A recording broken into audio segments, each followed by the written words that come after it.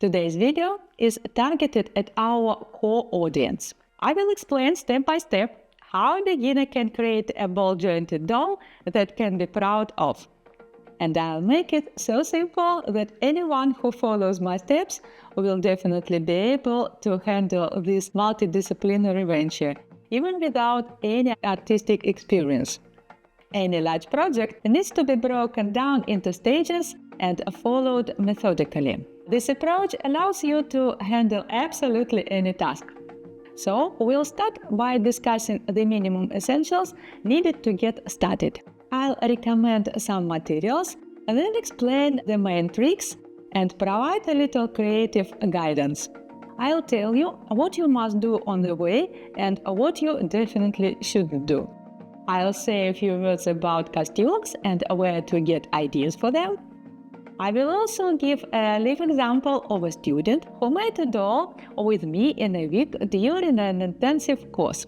For dessert, I'll share some news from the workshop for our regular viewers. So, to make a ball-jointed doll, in addition to a burning desire, you need materials. For beginner artists, there are two basic options: polymer clay or air-dry plastic. I equally advise you to choose polymer clay, my favorite material. Air-dry plastic is good only that it does not require baking, but this is also its drawback. You have to wait a long time for parts of your work to dry to continue with the whole piece. This increases rendering time. A doll made from it will be more fragile. Also, air-dry plastic is white, so it requires a special primer. It also dries on your hands, which not everyone will like. But if you decide to do down this slippery path, then take a lard doll. Of all the air-dry clays, this one is the most pleasant to work with. More precisely, the least unpleasant. Perfect advertising. You can work with any material, including porcelain, bronze, wood, precious metals, or even plasticine. However, the most comfortable material for beginners is polymer clay. Of all the polymer clays, the best for starters is a living doll by Super Sculpey. This, by the way, is not an advertisement. Here I already have a separate detailed issue about polymer clay and ways to work with it. There I talk about several brands and their specific features. In short, polymer clay is a plastic mass that is warmed up by hands before starting work, and then it is baked in a regular household oven or air grill, becoming hard. Let me just say that this is quite an environmentally friendly material. You can first fire a doll in an ordinary home oven and then boldly cook food there half an hour later. I want to give a small piece of advice based on my experience and that on my students. A doll is a long project and, in essence, quite a diverse affair. Don't try to find and buy everything at once. It will cause horror, panic, and as a result, procrastination. So the problems, they come. To start, you need clay for modeling, ice, and ordinary food foil. As you sculpt, it will become clear that it is needed for the next stage, just like in the wild. Don't be the bird that has long planned to build a nest in a high tree, but gets distracted every time by searching for food and postpones building until tomorrow. You can actually start right away before going to the art store. The main assistant to a doll maker is a stencil. It will help avoid mistakes and also visualize the dream into an image. To ensure the doll parts come out as planned, you need to draw the doll in profile and front, then break down the drawing into a planing scheme and cut out a stencil based on it. This way, you can confidently avoid mistakes in proportion. So we draw the doll frontally and in profile. We make sure all lines are on the same level. Once the figure is aligned, we determine where and what kind of joints will be. We draw them. Then, using this schematic, we make a stencil. Here we also create details in frontal and profile views. You can use a thin cardboard or some transparent plastic, which is more durable. This stencil is beneficial in understanding the necessary volumes. We insert the detail and adjust it. This way, we do not only with the head, but with all parts of the doll. Then we take the foil and crumple it into a base for the doll. Then each detail is covered with material. We remove and add the thickness of layers, periodically slightly baking the blanks. Thus, compared with our stencil, we finalize the artistic image of our doll. Like nuclear chemists have the concept of a half-life, doll makers have specialized term half-baked.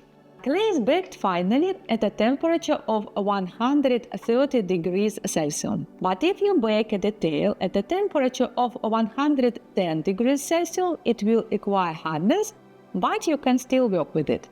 Thus, we achieve the desired result iteratively. I had students who were developing characters in 3D, and then they wanted to learn how to bring them to life. After talking, we were able to access the similarity of the processes. ZBrush and real sculpting. You can paint doll eyes yourself, or you can buy ready-made ones. And if you have started listening to me, then take insertable ones. Because first, it looks significantly more effective, and secondly, it also speeds up the journey.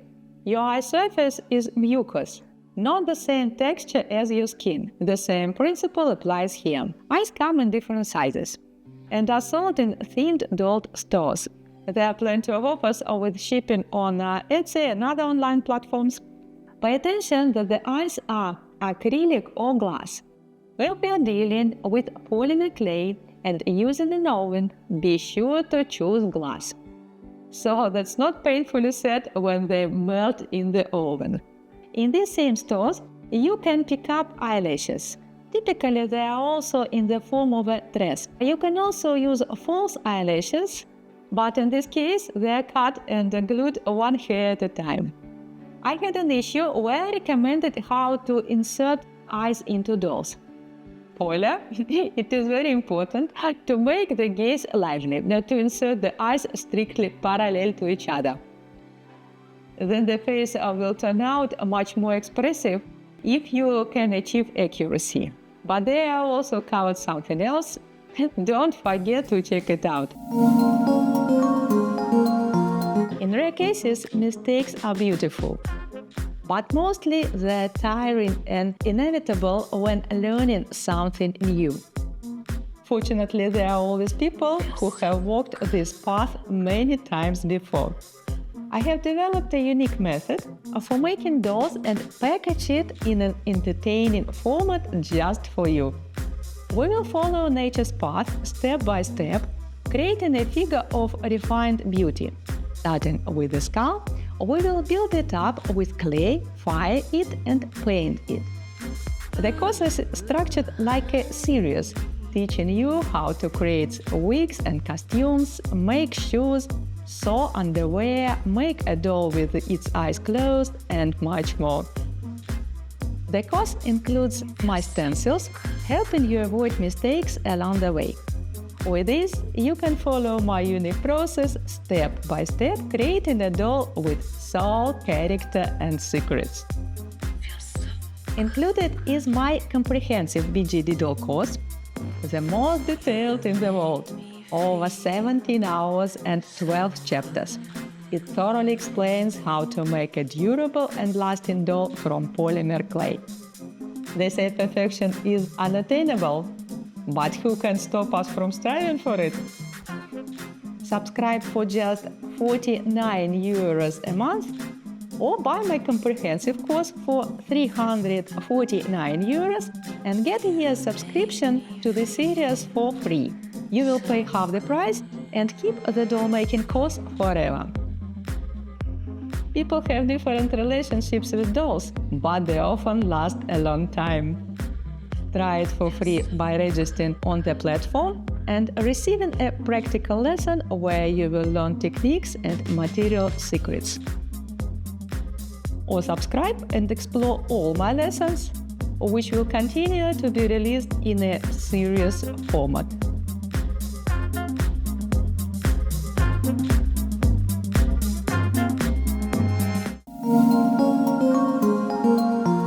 The joints of the doll are glued with thin laser or suede. You need the thinnest glue of laser.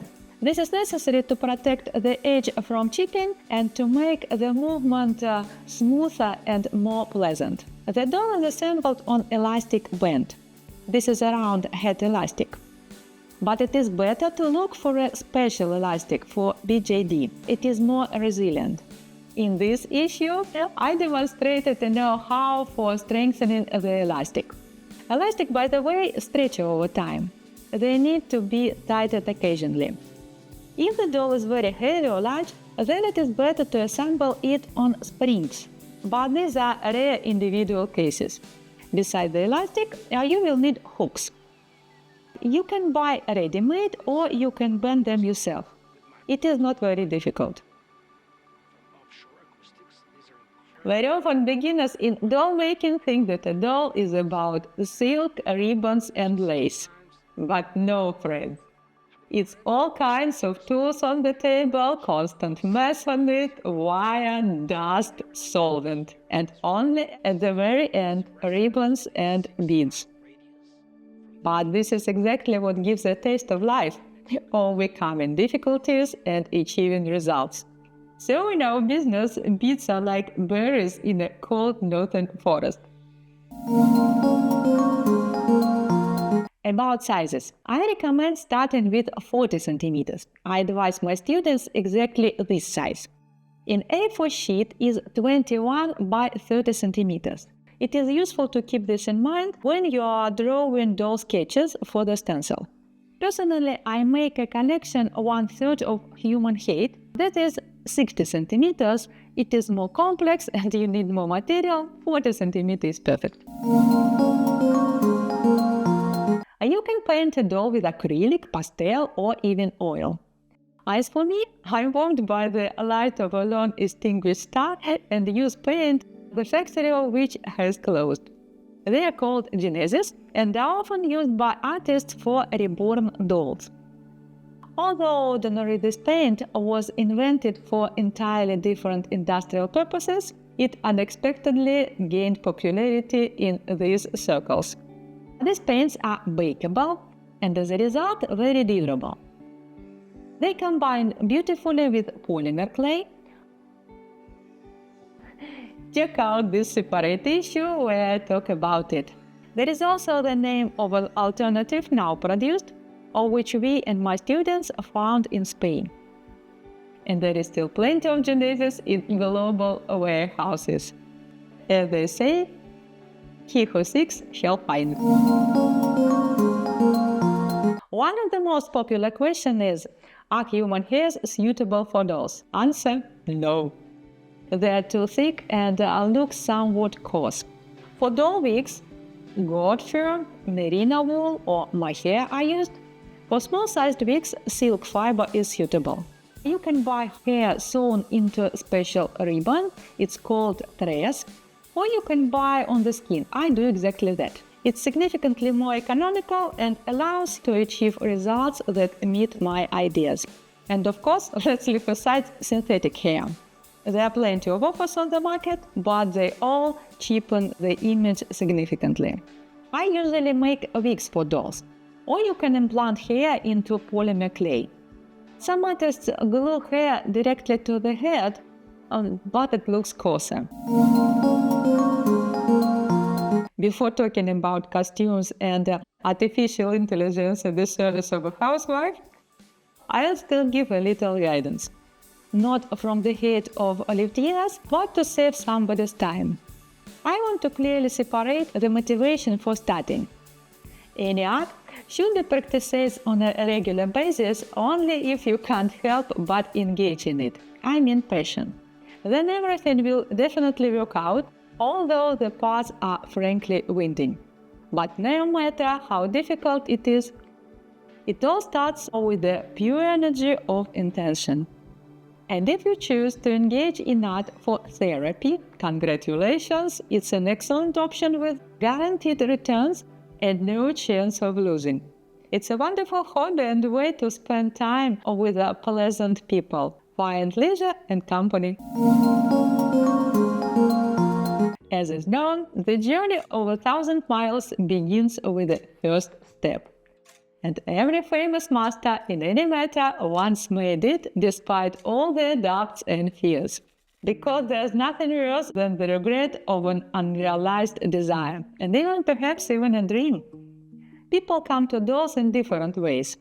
Many of my students tell me how long they dreamed of making their own doll and how impossible it seemed. And I remember myself with a smile back at the beginning of my career before the millennium. I clearly remember my feelings. Artists making dolls seemed like unreachable demigods to me. Like many, I step on this road with my eyes tightly shut.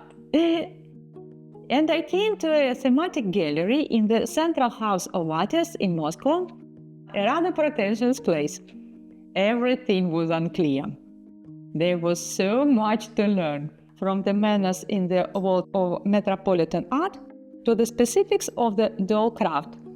I had no idea about the materials, the demands of the audience, or the statement that the artist had to make. Of course, it was easier for me because I have an art education, but there were many questions. If you're curious, in this issue, I share my impressions about my first sale and about the first gallery with collectors. And just a little bit about the costume, principles and inspiration. The doll is a tiny and extremely demanding creature. Because of its scale, it absolutely does not tolerate cheap materials. Therefore, only natural silk, leather, and the finest, preferably antique lace. The same applies to jewelry. Any detail is not transferable from the human world to the dolls, because it must be made at least 3 times smaller and thinner. Keep this in mind. One more point that helps me in my personal projects is Midjourney and DALL-E built into ChatGPT. You can formulate an image in words, and the neural network will generate costume options. Visualization of images is a very nifty aid for modern artists. Once long ago, we couldn't mix the blue color to paint the sky, but now we can generate quite not trivial ideas and visualize them within an hour. Progress is wonderful. Don't listen to the luddites who complain about generative graphics. Try it if you haven't gotten around to it. With such sketches, it is much easier to cut the fabric for the costume, and it is also easier to decide on the fabric itself. In the store, your eyes will certainly scatter from the extensive offer. I'll just say that on those voluminous costumes look more spectacular. Think about the volume and come up with something original. And believe me, the emotions you get from the process of creating a doll will allow you to forget about all the difficulties that arise along the way. I promised a live example, so I just held another intensive masterclass, although with some amusing features. My new student, Angie from Peru, turned out to be Spanish-speaking, and my Spanish is limited to just a few phrases. At the same time, we not only managed to sculpt a doll, but also to fully communicate on many life topics. During this week, we managed to tell each other so much interesting, thanks to modern technologies and programmers who invented the audio translator. We sculpted the doll using my silicone molds for 6 hours a day, and everything worked out for us. Once again, a wonderful experience of communication led to a charming acquaintance. I really love it when people from different cultures come to me. After all, our world is so diverse and interesting. In Barcelona, this is clearly noticeable. The best way to learn any craft is by working alongside a master. You can only weave together a long chain of professional secrets through the hands-on experience. To remember the path, you need landmarks. And to reach the end, you need to know exactly where you're going. I invite you to sculpt the doll of your dreams with me. In a week, we will create a doll using my silicone molds and assemble it with elastic. I have a tried and true training program for beginners that ensures guaranteed results. You'll end up with 40 centimeters doll made of polymer clay. I'll also show you the next steps, how to sand and paint it, and how to make a wig. I'll happily support all your doll making endeavors and help correct any mistakes in the future. Don't worry, we'll make it happen. My workshop is located in Barcelona, an amazing city of sea, sun, and history. I invite you to immerse yourself in the atmosphere of creativity in the historic part of the city, where the most charming establishments, galleries, museums, and shops are concentrated. Treat yourself to an adventure and have a fantastic time.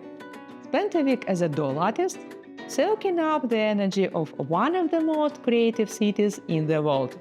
Leave an application on the website or message me directly on Instagram.